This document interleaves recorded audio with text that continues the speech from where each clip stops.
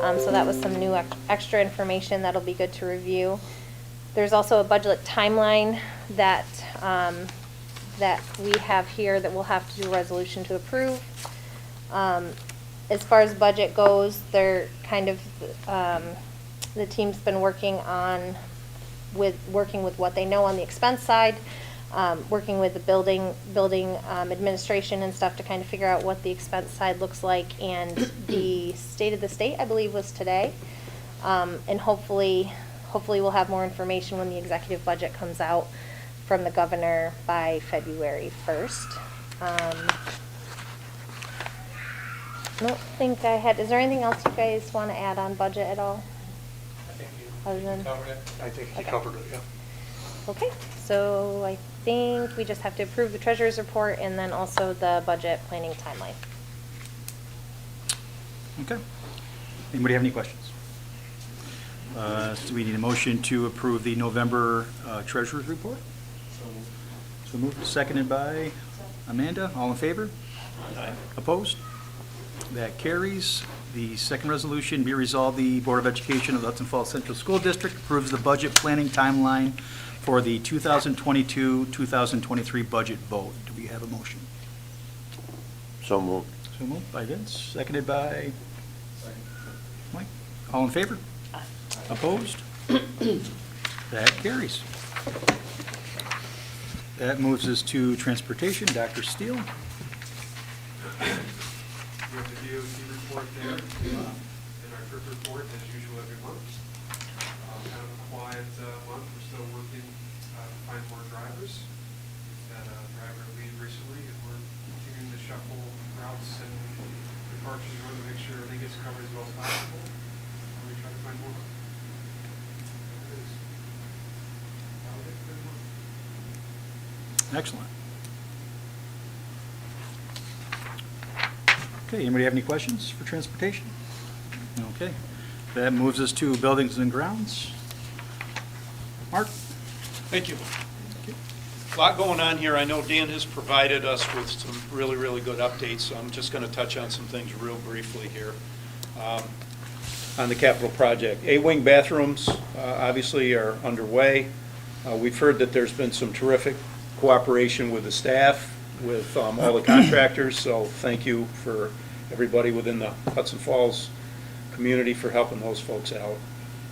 As you know, entrance work continues. You can see all the activity out front. Security camera project substantially complete at the high school, middle school, and intermediate school, primary school, and case center are next on the list for that. We have had a few unforeseen costs, as you will with any older building like this, and that will be covered under our contingency budget, so we're still in good shape there. The EPC is still in progress, so we'll continue to monitor that as well.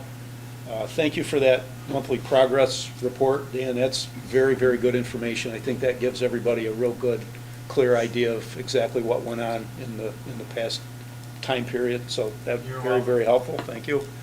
And then capital outlay.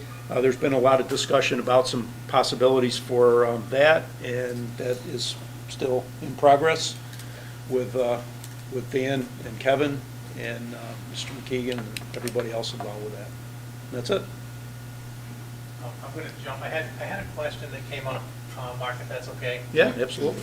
About the bathrooms again in the high school specifically.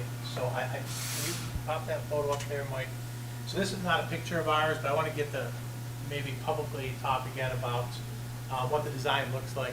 As you know, in our high school, we have a bathroom that looks traditional like any bathroom you'd see in most high schools that were built in the 30s through the 70s, really, in New York State and probably nationwide.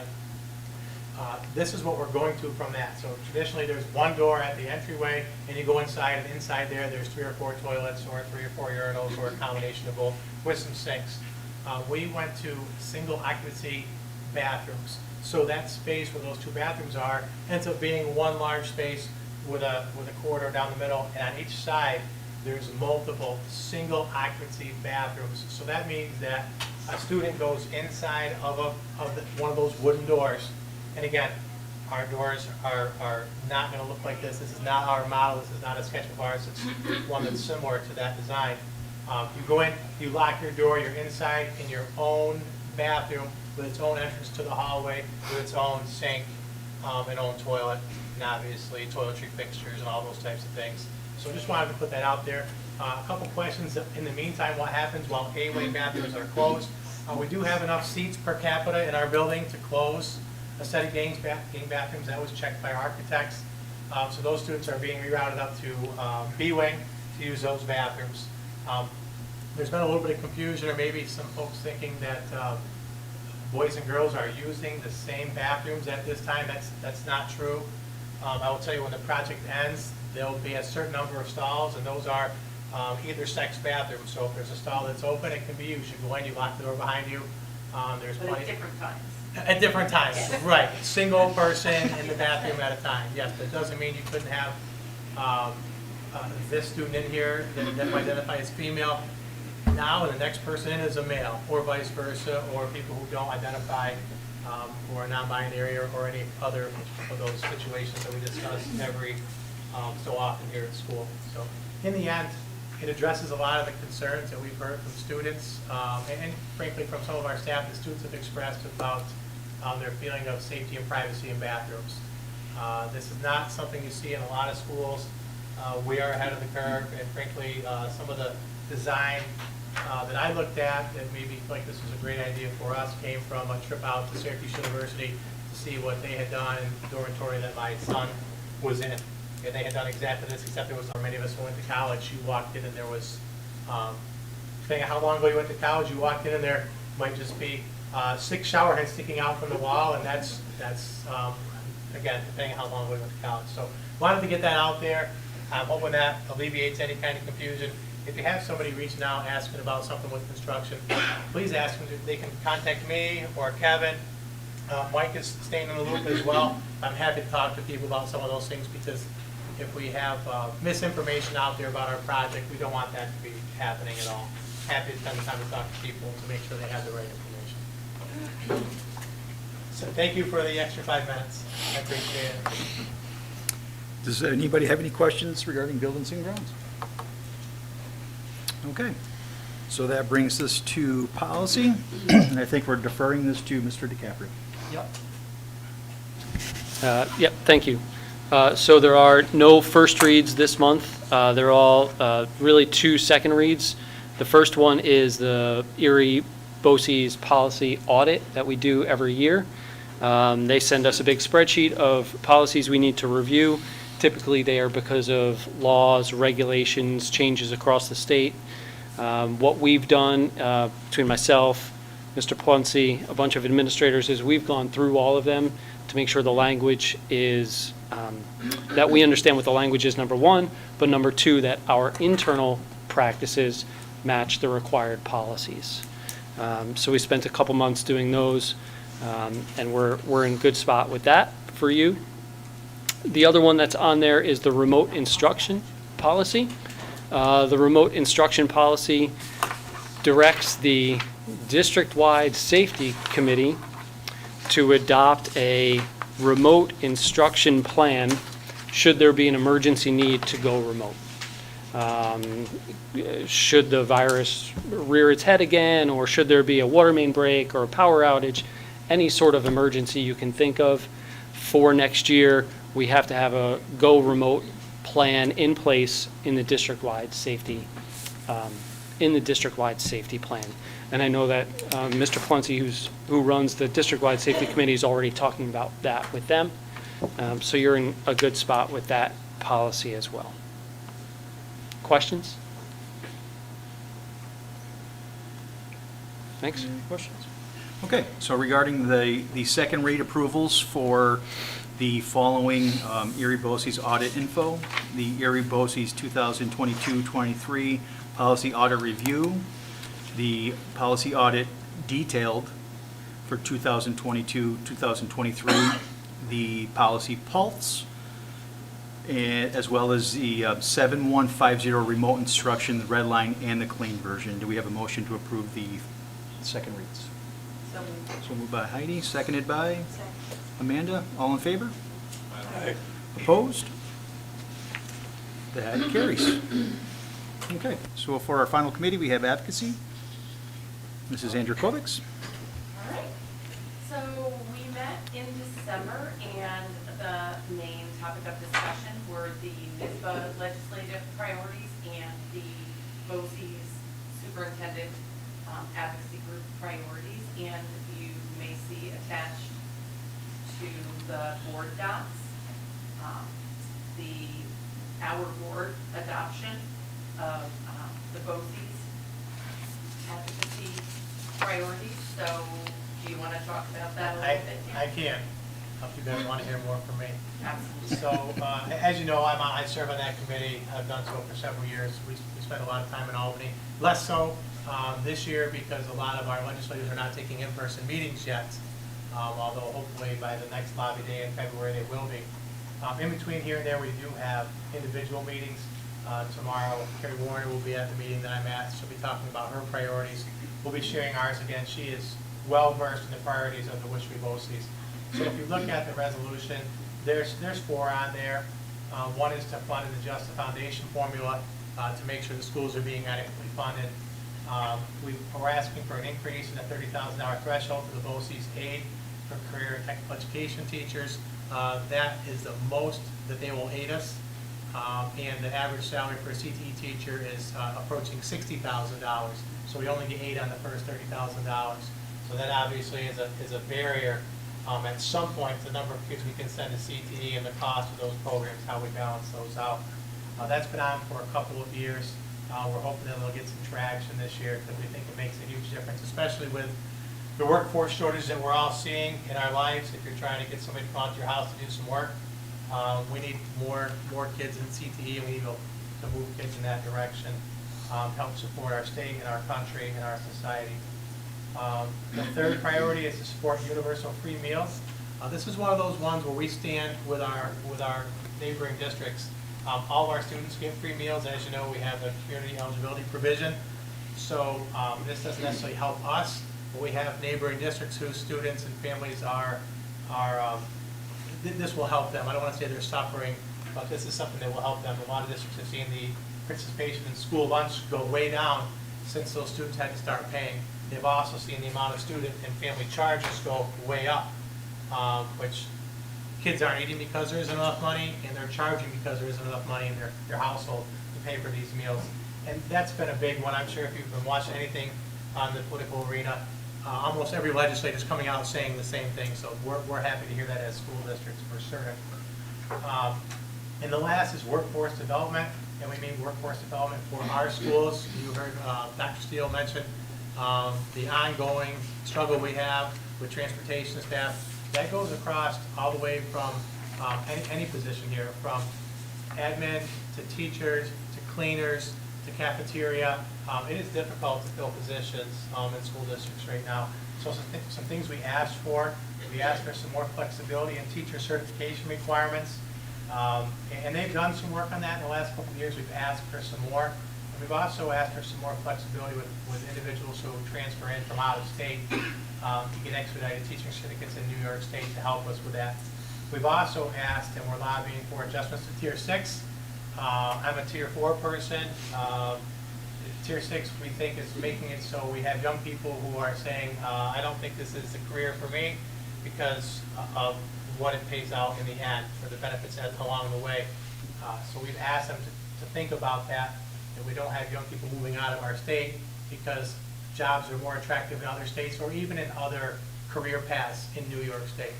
Everybody's clamoring for people. We want to make sure we don't have something through the retirement system that's making it so it doesn't make any sense to be a teacher anymore. It's important work. So those are the priorities as written on there. Happy to answer any questions on them.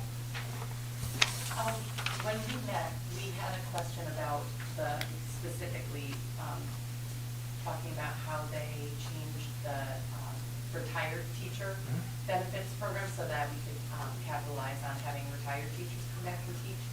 And we were going to look into whether that funding for busing too, does it? Yeah, so when I talk with Senate Council, and that's the conversation you're alluding to. So there's been no further information, but I'll just say it out loud for everybody.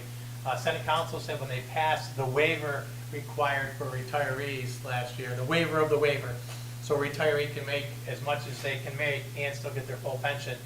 That was enacted into law last year through the budget. That was for a one-year deal.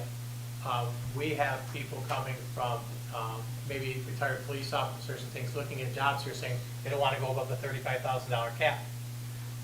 Senate Council said when we passed that, when we put that out there and it was passed, we thought that meant anybody who came to a school from any retirement system.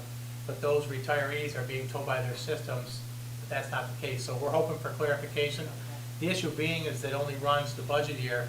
So unless they renew the waiver on the waivers, it doesn't help us going forward. So we have advocated for that as well. We've asked them to make it not a 1 year, but give us a number of years so we can plan better. 5 is the number we've been throwing out there. If you can tell us there's going to be a waiver on a necessity for a waiver for a retiree to make above the cap, if you can give us 5 years, that helps us plan through this cycle where we're really short on employees. And then we can advertise that it's 5 years. I spent some time this weekend talking to a couple of teachers. They happen to be my in-laws, and telling them that, this year retired teachers were able to make above the cap, unlimited above the cap, and they had no idea. They're still working, but I'm trying to solicit good people because we're short. And those are conversations. And we employed one of our retirees who retired from math in this building. I won't use names, but filled the leave over in the middle school, and the fact that there was no cap made that easier for us to do. And going forward, I've had some conversations with some people who are approaching retirement in positions that might be hard to fill later on. It's just initial. I'm not guaranteeing anything, but just saying, hey, we might have to have a conversation later on if we can't find good people. So we're trying to get new people in and deal with tier 6 and talking to our folks who may be reaching retirement age, whether they're working here or someplace else, to bridge the gap until we can get everybody in and the world maybe starts behaving differently overall, whenever that's going to happen. Thank you. You got it. Dan, So one other question, Dan. Any idea, rough idea on how long that 30,000 cap has been on BOCES? CTE, yeah, so it's the early 90s. 1992 is in my head. I think that's the right year. So they haven't adjusted it up in however many years that's been. I graduated in 92, and I've been out of high school for at least a couple of years. I can't do the math on the spot. Thank you. Rain Man. Thank you. 31 years, thanks, Kevin. Yeah, so that's, we say that every single time. There are several of those caps that have been put in place through the legislature, and many of them go back to the early 90s, the last time that they were adjusted. Thank you. And so that's advocacy, unless anybody has any other questions.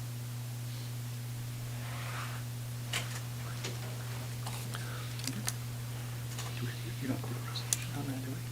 Oh, we do. We Yes. do need to do just motion to approve the resolution as written would work, Okay. unless you want to read the 2-page resolution. I really don't. Okay. So as you guys could see, that there's a resolution attached to the meeting, committee meeting here. As far as the resolution, do we have a motion to approve? So moved by Crystal, seconded by Heidi. All in favor? Aye. Opposed? That carries. Thanks. And that means that, that Kelly will send that out tomorrow. Okay. So as far as committees, that concludes the committee meetings. Superintendent's report.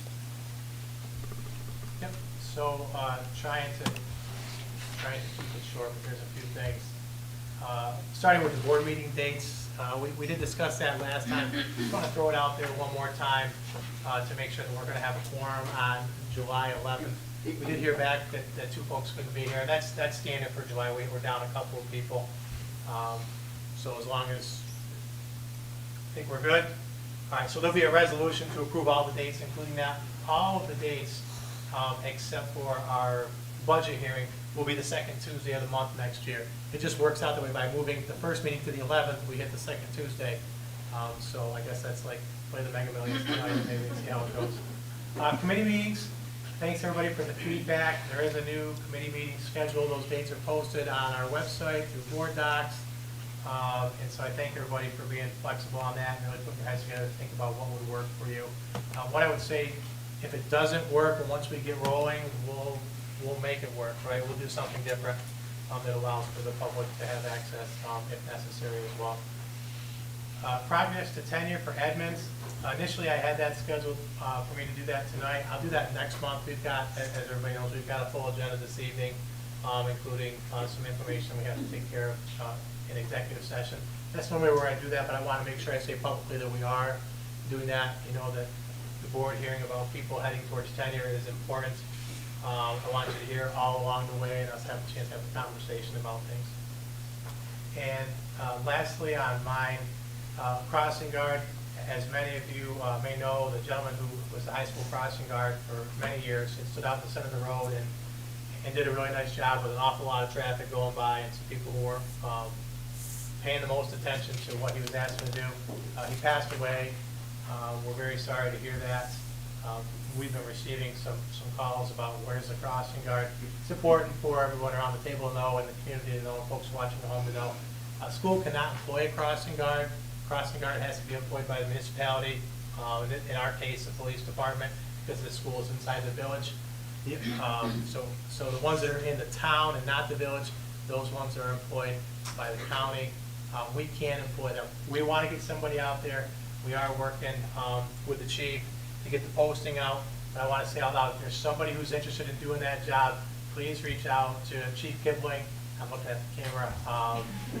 Not you, Maggie Hogan, sorry. I'm looking at the camera. I think I really like my new job. He is willing to split that up. If somebody can just do the mornings a few days a week, that is helpful for them, so they can get that job covered by using a few people. So if you know anybody out there that you think could do a good job, or if you're out there watching or watch this recording later on, you can reach out to us. We can put you in touch. But again, they are the hiring entity. We are not the hiring entity for that position. But it's sorely needed out there. That's what I have. Okay. So we need a resolution, be it resolved, the Board of Education of the Hudson Falls Central School District approves the 2023-24 board meeting calendar dates, which includes setting the reorganizational meeting date to July 11th, 2022, or 23, which is the second Tuesday and falls within school law guidelines. Do we have a motion? So moved by Crystal, seconded by Mike. All in favor? Aye. Opposed? That carries. You got the special education? Yep. So as you are, you good with me? Keep rolling? Yes, sir. All right. So we were trying to get back on track after a couple of years of COVID, having some reports to the board, and just, okay, I didn't see you guys over there. So we asked our special education administrators to come this evening and present. So I know you all know Justine, and I just want to make sure if you don't, I think Lori was here the night she was appointed, so the folks that were here met Lori that night. I'm going to turn it over to them. If you just make sure the red light has to be on that one, I think, for people to be able to hear you. It's not on, do I have to? Just a little Just- silver button. Yeah, push that button right Or now. is it this little? Little Nope. note on the right of the words and all. I know. There we go. Got it. The other right. So I'll You're turn it welcome. over, and I want to thank you, because they put a really nice presentation for you, and you also have access to their full document. The full too, report. presentation. All right. Good evening, everybody. I know Mr. Ward just introduced us, so you know who we are. So that, just my first slide is, that's it. Now, and as he said, you did receive a special education update. So that would be for this school year, the 22-23 school year. And then it moves into what our plan looks like for that 23-24 school year for next year. We took some highlights, from this report to discuss with you tonight. So, all right, on we go. Our next slide, thank you. So, distribution of personnel in special education. We wanted to highlight the staff that works closest in our CSE office, I should say CPSE, CSE office. We're at the top there, but I really wanted to take the time to just acknowledge those people by name. We have our CPSE chairperson, Melissa Whitman, CPSE transition chairperson, which is also Lori. Our CSE chairperson is Victoria Peterson, And our 504 chair people is really split between our school psychologists in our buildings, and you can see their names there. It's Amber McEachran, Ashley Crywin, which is really Herbst, she just got married, Krista Coddington, and Ariel Goffstein. And then from there, at the building levels, we also have our department chairs for special education. So that's K through 5, that would be Barb Wicks. And the 6 through 12 is Victoria Peterson. We are so lucky to also have a behavior specialist with us. So we have Erin McMahon. And then, and they should probably be at the top. Our CPSE secretary is Tony Dupre. She's at the kindergarten center. And then we have Nicole Brown as our K through 12 CSE secretary. I just feel like it's important. They do a lot of work with us and make things happen behind the scenes. So important. Thank you. So New York State Special Education Department has created a blueprint for improved results for students with disabilities. So this is a research evidence-based principle based on seven core principles. So the blueprint is to ensure that students receive high-quality instruction, that they reach the same standards as all students, and they have or are prepared to successfully transition to post-high school, whether that is to pursue further education or to, you know, their daily living skills or in the workforce. Mm-hmm. There's it is linked into your printout that you have, and you've probably seen it over the years. It's been around for a long time. I have the nice little copy here, but just to highlight what Lori just said, we really do use this as our governing practice of how, you know, we serve our students with disabilities. So each year I'd like to highlight it in some way, shape, or form. And I think that will be reflected in our later belief statement that we've created. Yep. All right. It's me again. Oh, it's you again. I'm CPSE. sorry. Go ahead. So our CPSE, which is our Committee on Preschool Special Education, preschool is ages 3 through 5, so those are our students before school age.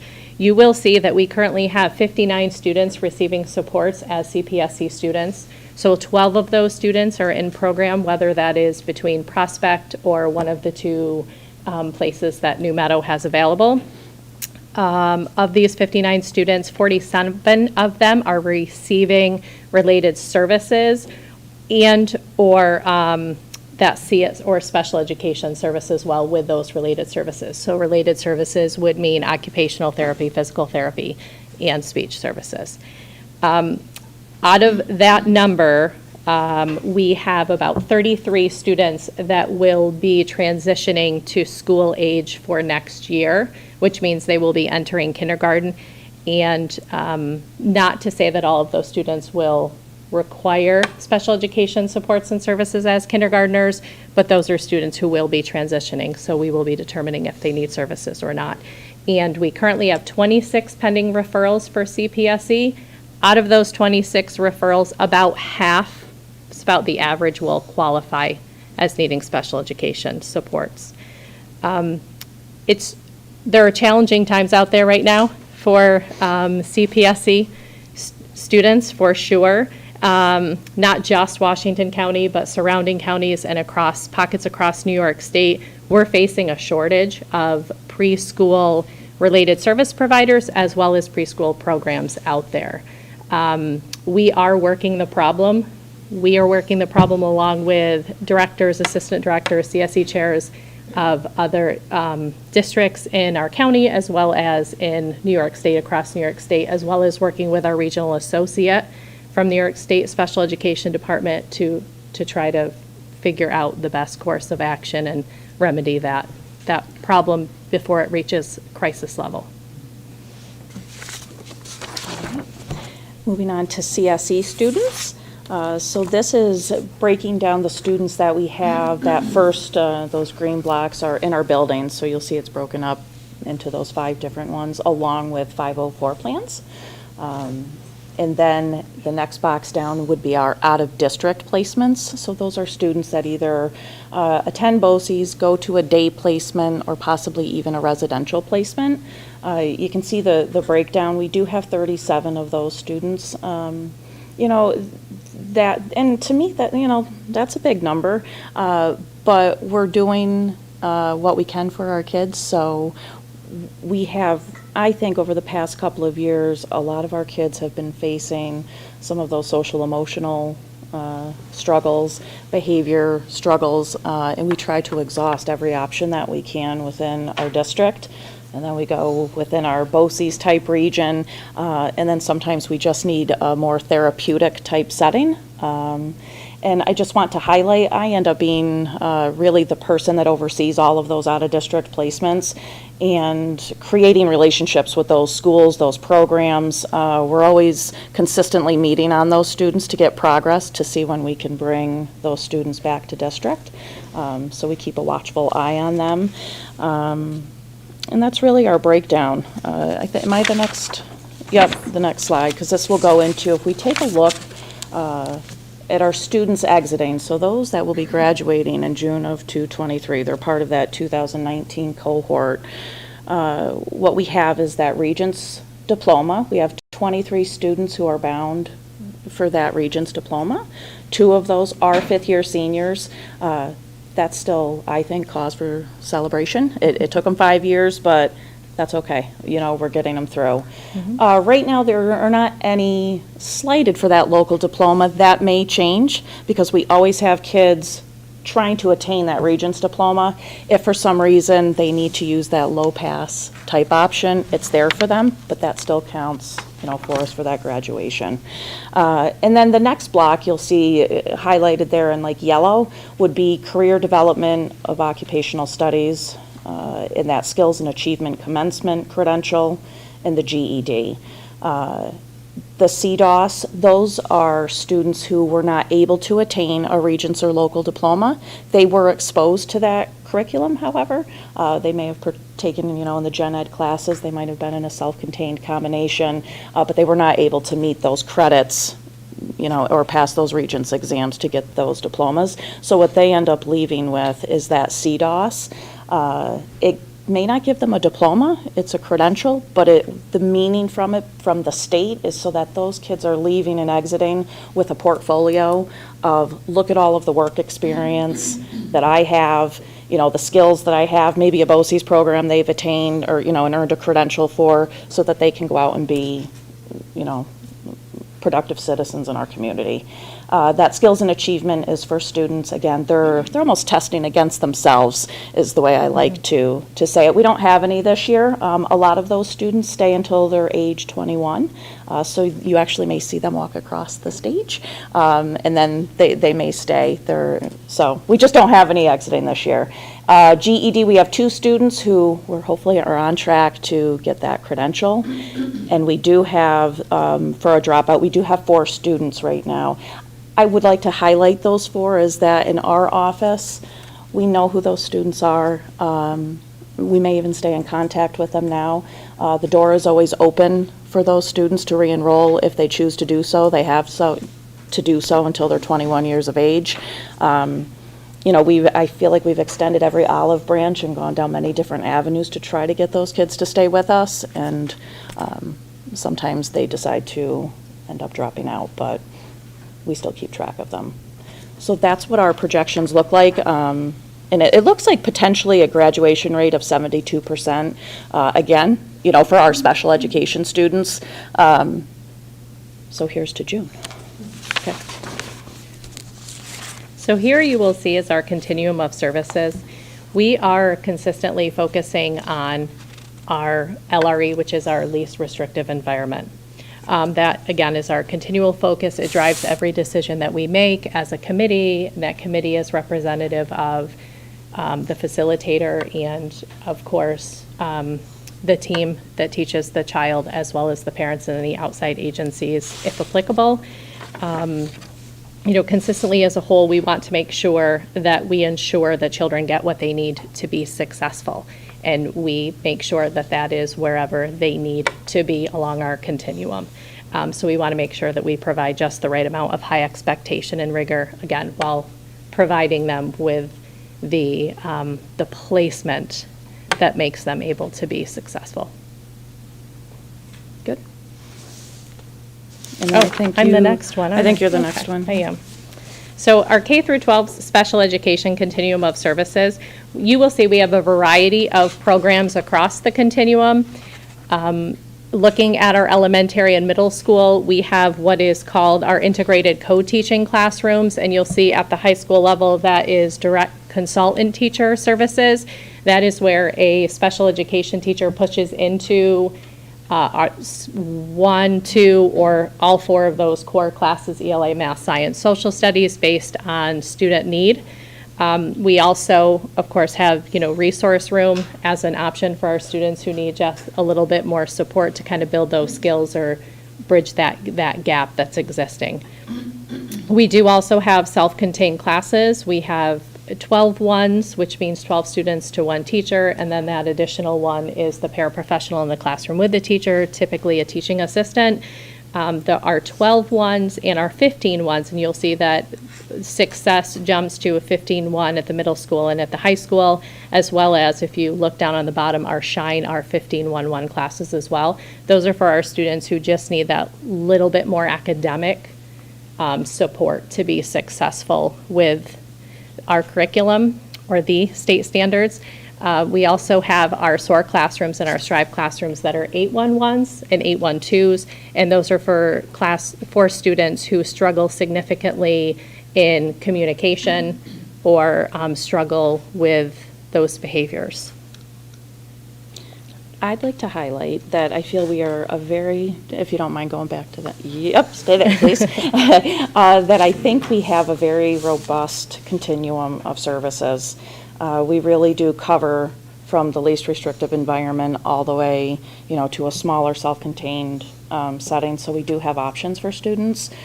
I probably get calls or emails on a weekly basis knocking down our door saying, hey, do you have a program that could fit this student, from another director from another school, which I take as a compliment, and we're all always looking for programs, but, it is nice that we get those phone calls.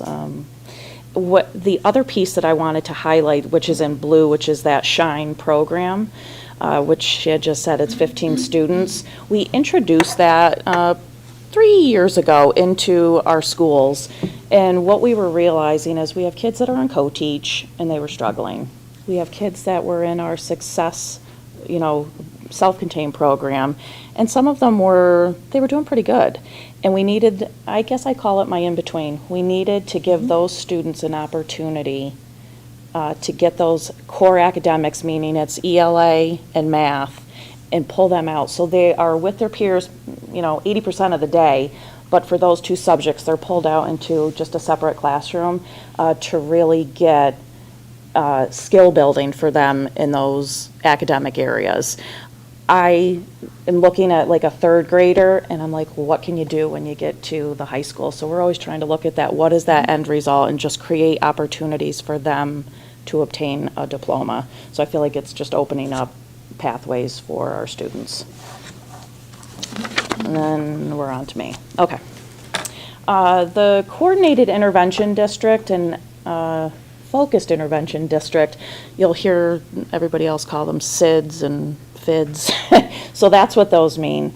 I just wanted to explain how we have been designated on that list a couple of years ago, and we were then designated a second year because COVID happened. So we've been in a year one school. And the reason we were a coordinated intervention is under that green column there. It's like, how did we get here?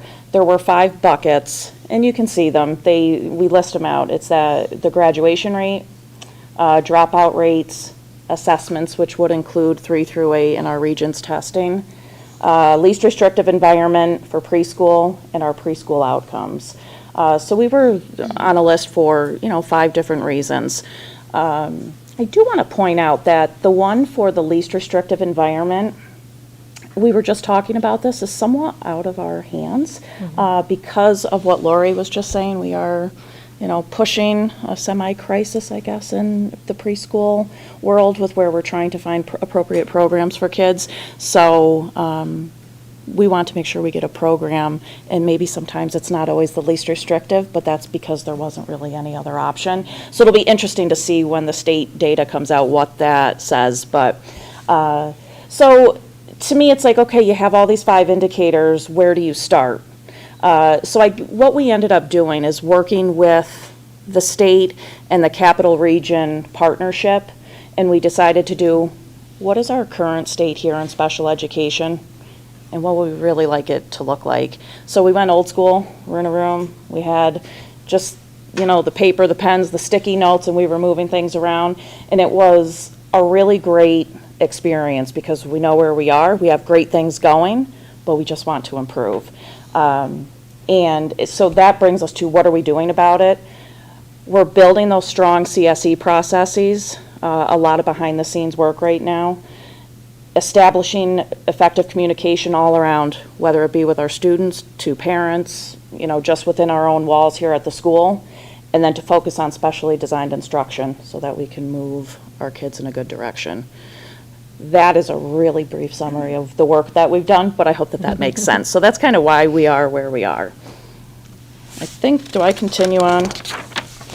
Our special education department goals come from the work that we've done with the SID and the Focused Intervention District. We're first focusing this year on roles and responsibilities. We've had a little bit of reorganization with the addition of our assistant director.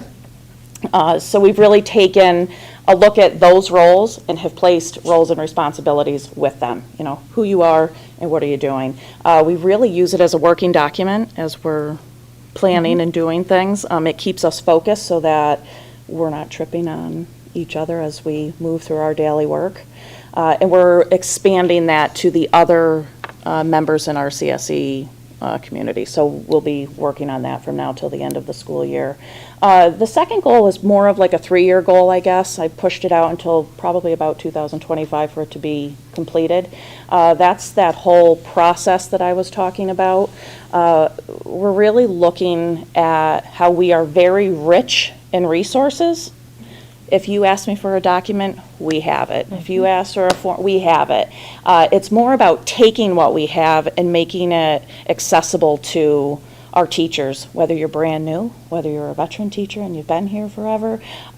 So we want to make it that it's paper copy, it's in a nice digital notebook for you, and it's something that we can audit every single year, quickly change it out, and build our capacity that way. So I feel like we're lucky that we have the resources. It's really just about putting it together in a usable form. And then goal number 3 is a lot of work, and this is, I say kudos to our teachers.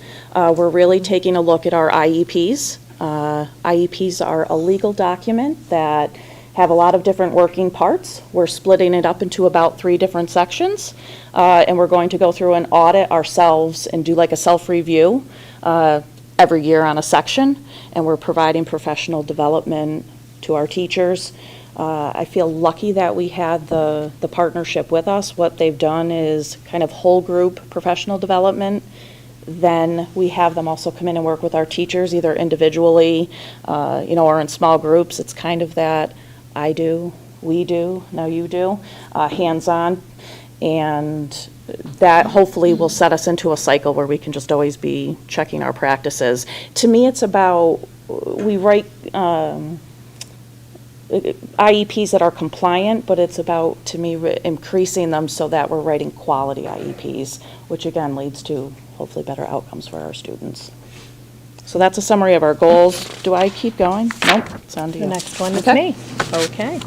So what you will see here are our classification rates here at Hudson Falls. So classification rates for our special education students from 2012 to the 2020-2021 school year. We don't have data for the past 2 school years. So you'll see that there is a steady increase in our classification rates or percentages of students who do meet classification and require special education services. However, if you compare that to Washington County and surrounding New York State, you will see that there is a steady increase in Washington County as well as in New York State.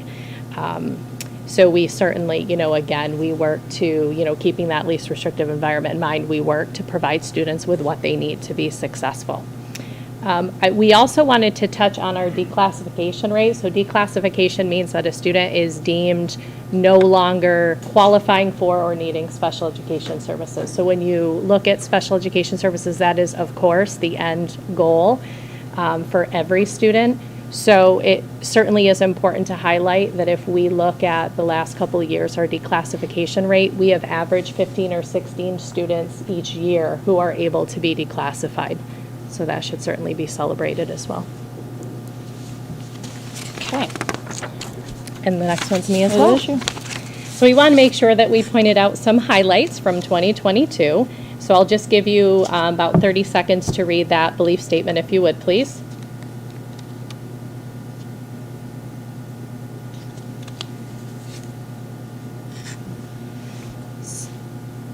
So this year, we wanted to create our own belief statement for our special education here at Hudson Falls. So we crafted and branded Justine and I over the summer.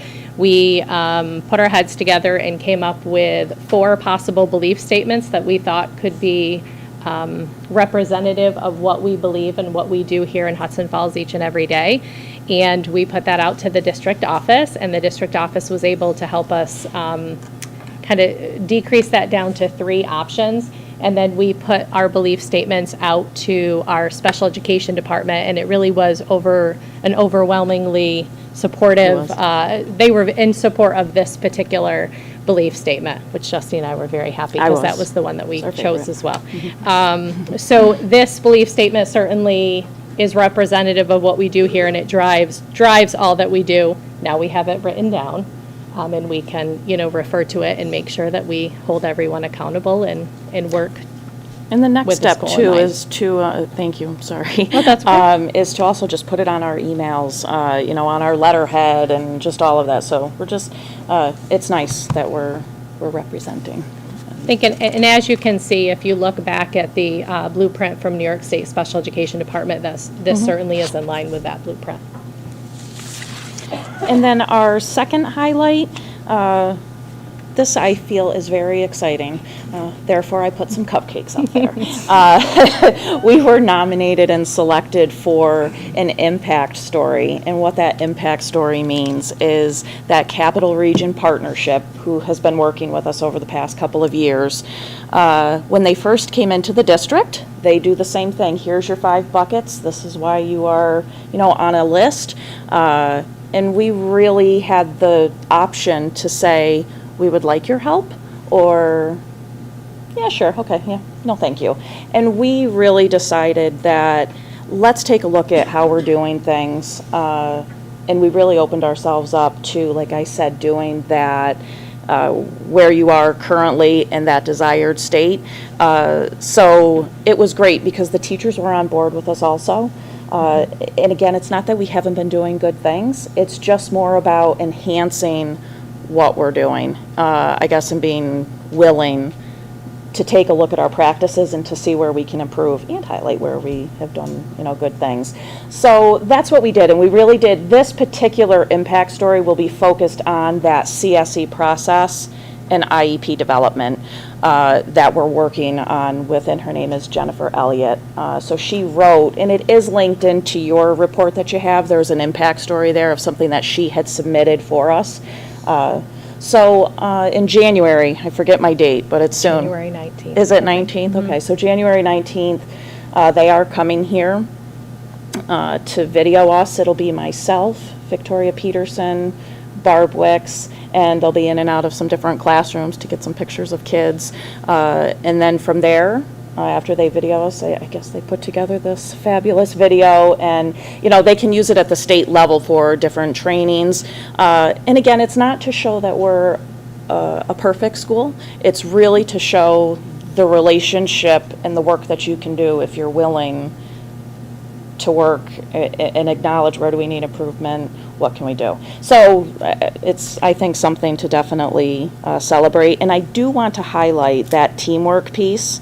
While there's a lot of stuff going on behind the scenes, we were in the middle of COVID. We were sitting in an auditorium when we finally could get back together, and you know, the teachers are sitting there and we're talking about writing IEPs and all sorts of technical stuff. And the questions were flying and notes were taking, and it just ended up being a really good thing. So we were able to focus our work and still do some good things, even though it was really some hard times for us, you know, in our country. So I think kudos to everybody for that.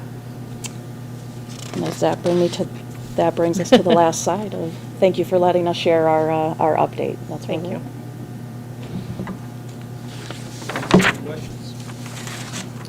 I just have one quick Sure. question.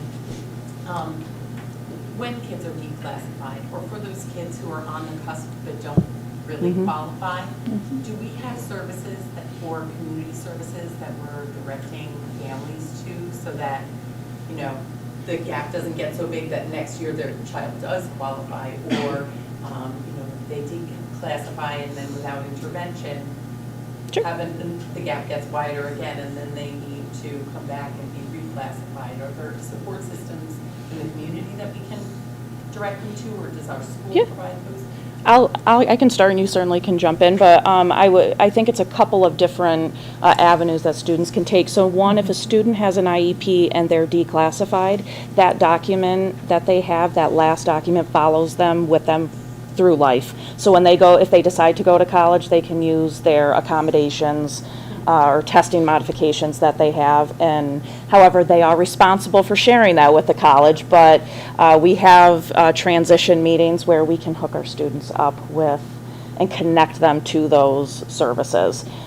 So that's great. And then if it's a student that doesn't actually qualify for special education, again, there are transition pieces out there for kids that they can have. They're not necessarily connected to our office, but they can get supports if they really want to. But definitely if they're declassified, it follows with them. Great. Yep, yep. Any other questions? Okay, Trustee Maury, thank All right. you very much Thank you. for Thank you. the presentation. Thanks. I'm going to say one thing before they walk too far away. So I spent some time talking with Pam Morris. When I first started, she's our regional associate, and she came back to Summit several times last year just to talk about how great our teachers in our special education admin were in working through this process and how it was embraced in our school. So I thank you. I think the teachers that were a part of that for embracing that for the betterment of outcomes for our kids, because it's those kids need every support we can provide them to do the best they can in life, just like every student goes through. So, thank you. I just wanted to for Thank sure. you. Awesome stuff. Okay, so at this time, we do have a need for executive session. I do not believe that we have to re-enter regular session to vote on anything. You should not. So at this point in time, thank you for attending. I do need a motion to enter executive session. So moved by Amanda, seconded by Crystal. All in favor? Opposed? Thank you very much.